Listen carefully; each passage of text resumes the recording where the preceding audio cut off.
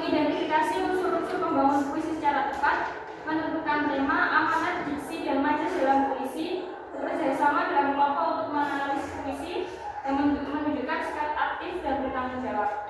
Jadi pada pertemuan kali ini kita akan membahas materi puisi. Di sini ada yang pernah membaca puisi? Ada yang pernah melihat seorang membacakan puisi? Atau membaca puisi sendiri? Puisi adalah karya sastra yang mengungkapkan pikiran, perasaan, dan pengalaman penyair dengan bahasa yang indah, padat, dan bermakna. Sebenarnya puisi itu adalah komunikasi antara penyair dengan pembaca. Jadi penyair membuat puisi adalah untuk mengkomunikasikan apa yang dia rasakan menggunakan bahasa yang padat, indah, dan bermakna. Ciri puisi.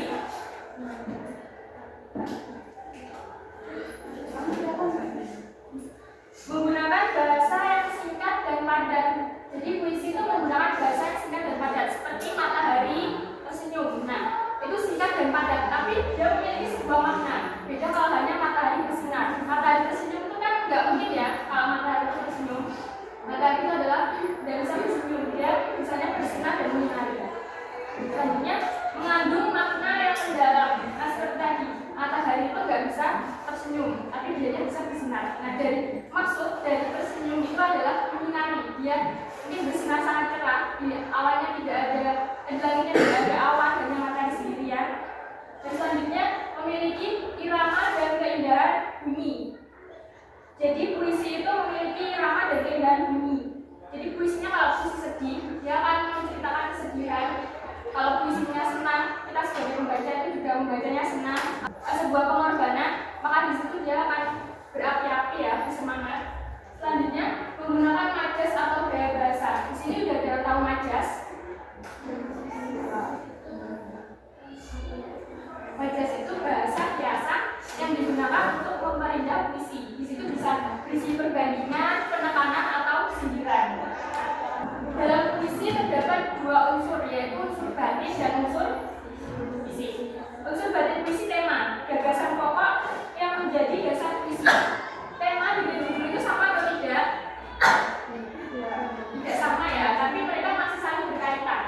Biasanya di judul itu dengan tema masih saling berkaitan. Perasaan, sikap, atau perasaan penyair terhadap sesuatu. Jadi ketika penyair merasakan atau jatuh cinta, sedih, atau marah, penyair mengungkapkan dalam puisi dengan bahasa yang ada di dalamnya. Jadi melalui puisi kita tahu penyairnya sedang marah, sedang benci, atau sedang sedih ya. Nada dan suasana, nada sikap penyair kepada pembaca. Di sini nada dan suasana itu hampir sama dengan perasaan. Mereka masih saling berkaitan. Amanat, pesan yang ingin disampaikan penyair. Nah, puisi, penyair itu membuat puisi mengandung amanat, pesan moral yang ingin disampaikan. Nah, itu entah memberikan nasihat atau memberikan sebuah petuah. Dan di situ amanat itu bisa tersirat ataupun bisa ada dijelaskan secara langsung atau secara tidak langsung. Unsur fisik puisi, diksi, pilihan kata yang digunakan penyair. Nah, di sini tuh pilihan kata yang digunakan penyair untuk membuat puisi menjadi lebih indah. Di sini bisa menggunakan majas atau menggunakan imaji dan lain-lainnya. Imaji, kata-kata yang membangkitkan khayalan pembaca. Di sini penyair membuat imaji seolah-olah kita itu ikut merasakan, ikut mendengar apa yang dirasakan oleh penyair. Jadi ketika penyairnya sedih, dia akan menggunakan imaji yang sedih seolah-olah kita juga sedih. Selanjutnya majas, gaya bahasa yang digunakan untuk memperindah puisi. Majas tadi yang sudah saya jelaskan di sini bisa berisi penekanan, perbandingan, atau sindiran. Tipografi, bentuk atau tata letak puisi pada halaman. Ada yang pernah lihat tipografi pada puisi? Jadi tata letak, jadi puisi itu kan biasanya panjang ya. Nah, terus ada spasi-spasinya, mungkin terdiri dari 4 lare. Nah, itu namanya tipografi. Jadi ada habis dari sini, terus nanti di spasi, terus spasi lagi ada yang mendorong, ada yang enggak. Itu namanya tipografi.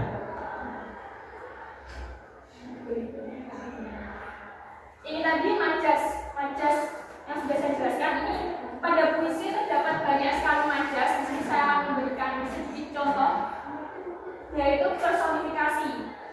Benda mati seolah-olah hidup.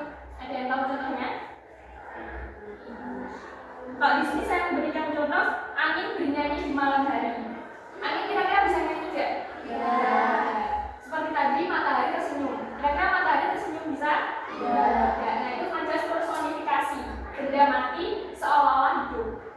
Selanjutnya majas metafora, perbandingan langsung. Contoh, engkau adalah bintang hatiku. Nah itu majas perbandingan yang saya langsung. Kayak engkau adalah belahan.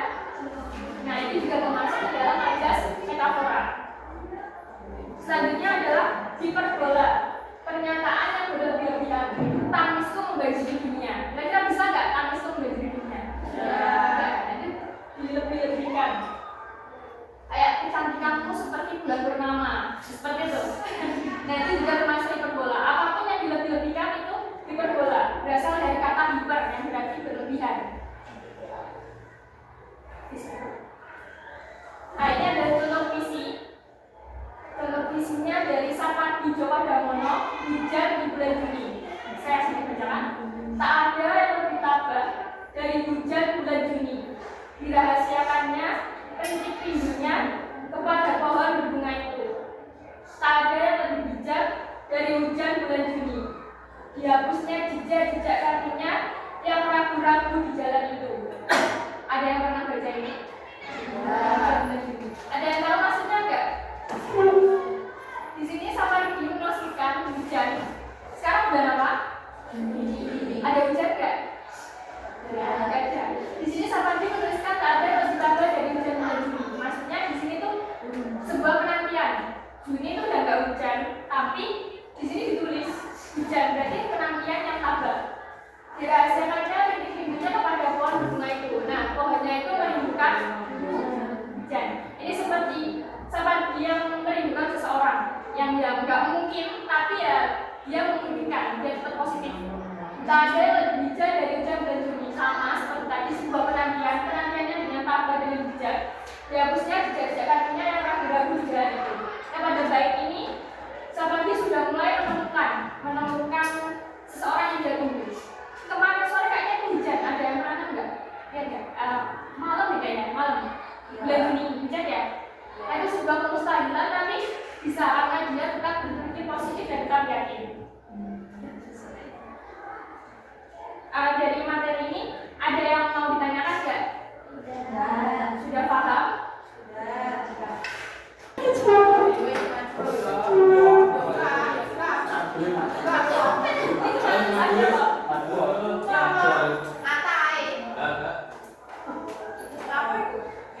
Baju satu-satu, tapi harus cepet-cepetan. Ini loh. Nanti kalau bisa berurutan aja biar enak kok.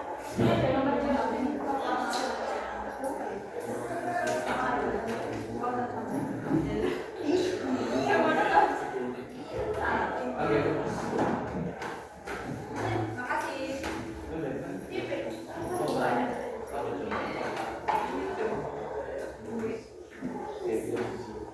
Tadi tidak ada yang ditanyakan terkait materi? Iya. Paham semua? Untuk mengukur kemampuan kalian, saya akan memberikan penilaian.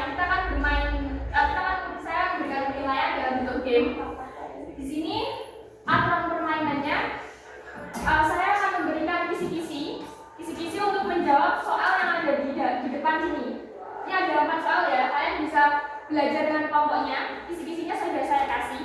Nanti kalau sudah selesai, sudah paham dari kisi-kisinya, nanti satu tim dalam kelompok bergantian, siapa saja boleh untuk maju mengisi jawaban.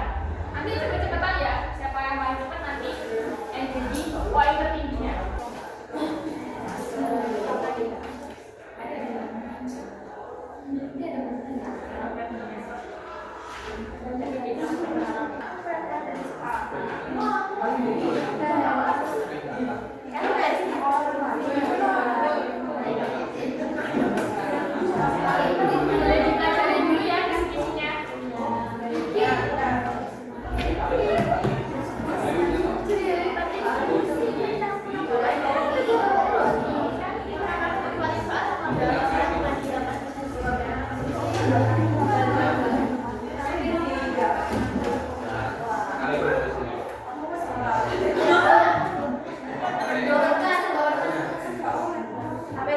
Di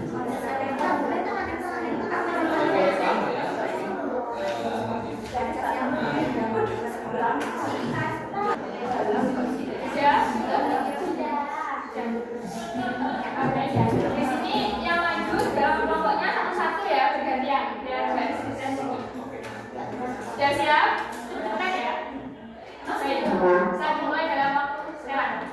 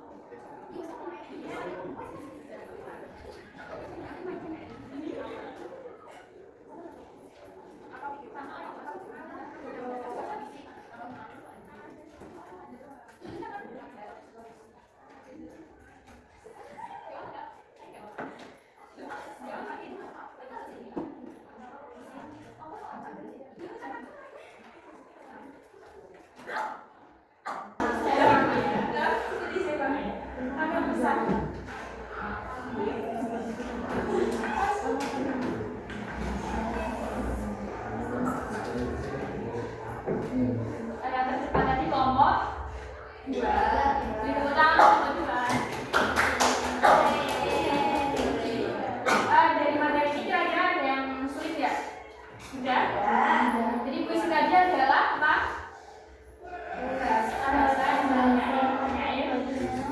Komunikasi antara penyair dan pembaca. Jadi yang lebih mudah ya. Dengan menggunakan kata-kata yang indah, padat, dan bermakna. Tadi unsurnya ada berapa aja? Unsurnya apa aja? Majasnya tadi ada berapa? Apa aja? Yang saya katakan? Sonifikasi,